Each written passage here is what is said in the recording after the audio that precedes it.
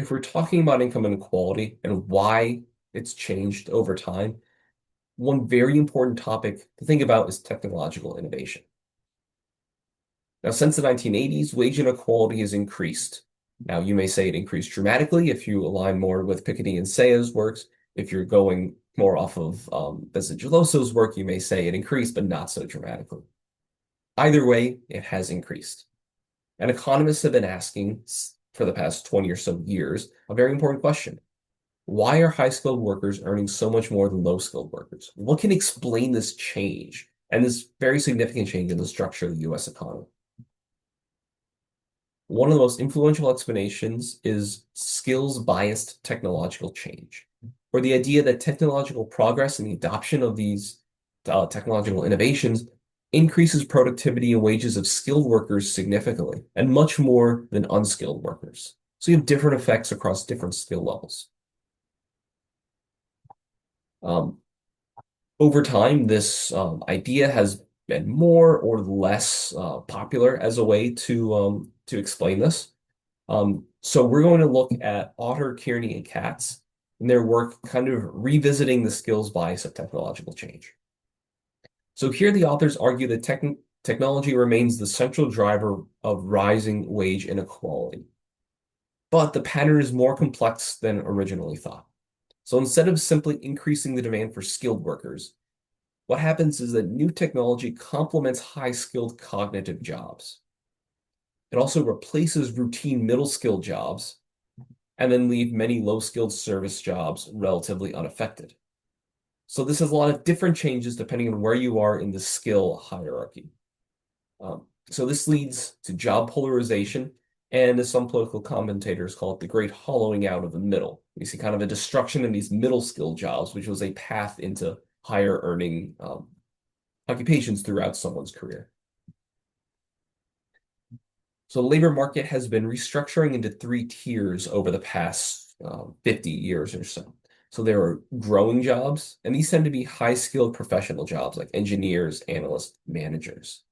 There are declining jobs. These are the middle-skilled, more routine jobs like clerical work, manufacturing, production, and bookkeeping. Finally, there are stable or growing low-skilled jobs, and these are service occupations. So think about things like food service, cleaning, and caregiving. Computers and automation, especially the earlier stuff before AI, were really good at automating routine tasks, these middle professions, and it explains why these middle-skilled jobs shrink.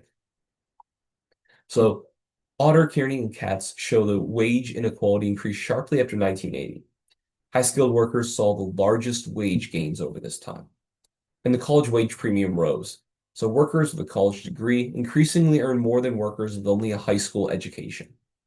And finally, we saw the decline of these middle-skilled jobs, with employment data showing a hollowing out of those routine occupations that are replaced by computers instead of complemented by computers in this new technology. These patterns are consistent with technology reshaping labor demand. So instead of a simple story of skills versus no skills, the skills bias technological change literature emphasizes task-based technological change, really focusing specifically on the tasks that are associated with jobs. Because at the end of the day, jobs are just a bundle of tasks that are performed. Technology affects the individual tasks, not just the education level, like overall.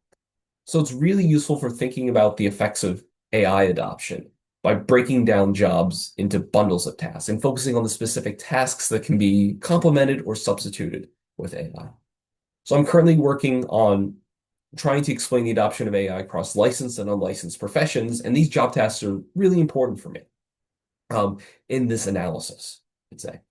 Now, I still primarily use AI for things like proofreading and formatting text. I'm not like a huge adopter like some people are. Um, so I'm not like doing this AI work because I'm interested in AI per se, but thinking about extending this past work on skills bias technological change, I'm intrigued about how the adoption of innovation is occurring in licensed professions versus unlicensed professions. So unfortunately, AI is a topic to study here. But this is something that is building off of the task, the skills bias technological change literature. And this is even if people are thinking it's less important or it's a more nuanced explanation, it's part of a larger trend of many things affecting income inequality. It's still a really important subject matter to understand and to build off of.